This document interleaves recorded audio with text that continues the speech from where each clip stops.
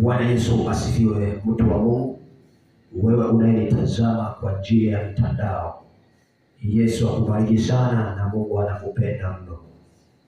Imempendeza Mungu nisogee hapa katika madhabahu hii ya kwamba niweze kuzungumza na wewe mambo machache au mambo kadha wa kadha ambayo Mungu anatamani aweze kukusikilizisha siku ya leo.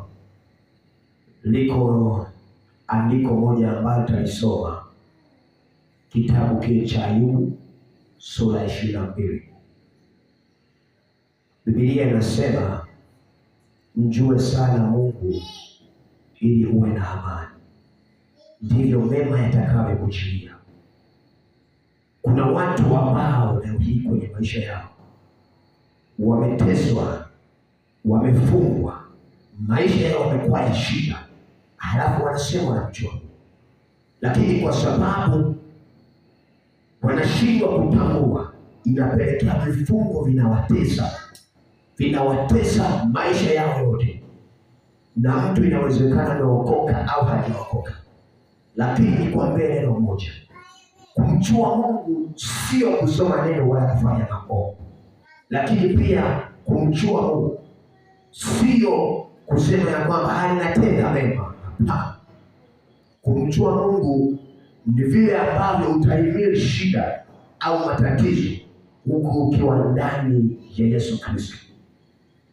Jioni ya leo, majira haya, saa hii, kwa wakati huu, jua ya kwamba mabadiliko ya kumjua Mungu ni vile ambavyo utasema majaribu yamekuja na nimeweza kuhimili na nimetoka kwenye majaribu. Huko tunaita kumjua. Usikasema unamjua Mungu alafu shida ikija unakimbia spidi, unakimbia majaribu, unakimbia shida. Hiyo ni tatizo. Unapokuwa umepata jaribu, jua ya kwamba kuna lengo ambalo Mungu anataka kwenda kukupeleka. Kwa hiyo lazima uhimili shida, matatizo yatakayotokea kwenye maisha. Tunaita kwa ni kumjua Mungu zaidi, na ndivyo mema yatakayokujia. Mema hayawezi kuja huku umeweka mizigo ndani ya moyo wako, lakini huku umeweka mambo kadha wa kadha ndani ya moyo wako.